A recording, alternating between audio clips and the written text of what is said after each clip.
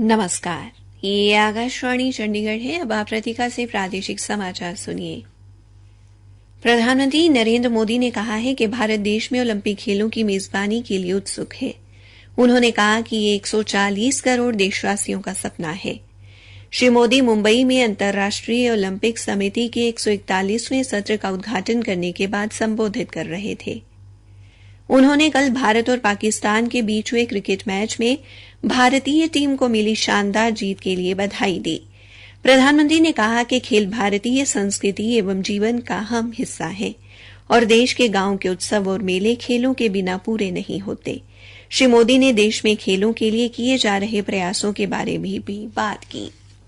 Operation Ajay के अंतर्गत Israel में फंसे 197 भारतीय नागरिकों को लेकर तीसरी उड़ान आज नई दिल्ली पहुंची।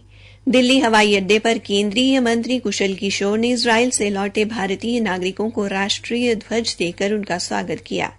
इस बीच 274 भारतीय नागरिकों को लेकर चौथी उड़ान कल रात 11:15 बजे तेल अवीव से दिल्ली के लिए रवाना हुई। अब तक कुल 918 भारतीय नागरिक इजराइल से लौट चुके हैं। हरियाणा के प्रसिद्ध शक्तिपीठ माता मनसा देवी मंदिर में अश्विन नवरात्रों का मेला आज शुरू हो गया है। आज प्रथम नवरात्रि पर हरियाणा और पड़ोसी राज्यों से श्रद्धालु माता मनसा देवी मंदिर में शीश नवाने पहुंचे। हरियाणा के विभिन्न जिलों से भी प्रथम नवरात्रि पर विभिन्न मंदिरों में मां दुर्गा के पहले स्वरूप शैलपुत्री की पूजा अर्चना किए जाने के समाचार मिले हैं।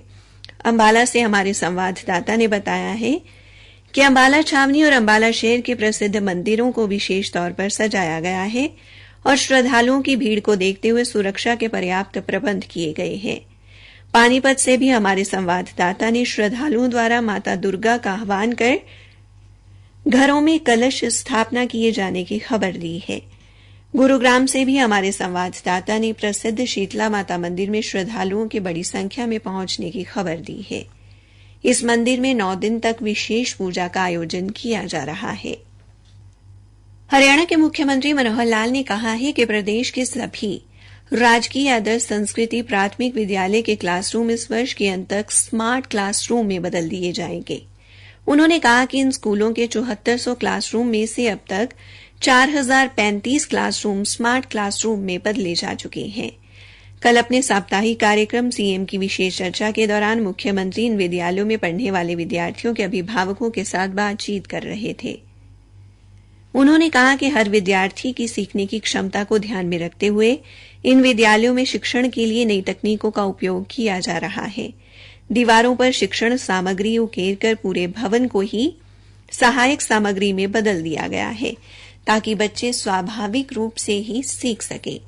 मुख्यमंत्री ने कहा कि नई शिक्षा नीति के तहत प्रदेश में ऐसे शिक्षण संस्थान तैयार किए जा रहे हैं जिनमें केजी से पीजी तक की शिक्षा प्रदान की जाएगी। उन्होंने अभिभावकों से बच्चों को मोबाइल फोन पर ज्यादा समय व्यतीत करने की बजाय खेलों के लिए प्रेरित करने और बच्चों की प्रतिभा के अनुसार उन्हें आगे बढ़ने के लिए सहयोग करने का आह्वान किया।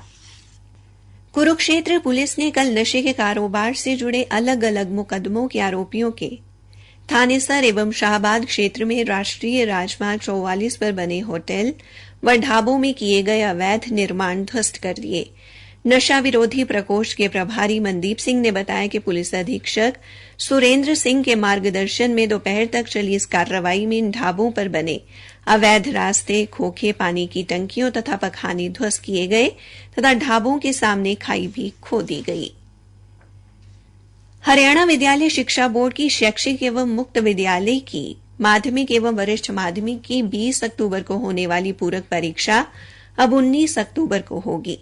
बोर्ड के अध्यक्ष डॉ वीपी यादव ने बताया कि ग्रुप डी की संयुक्त प्रवेश परीक्षा के मद्देनजर यह निर्णय लिया गया है।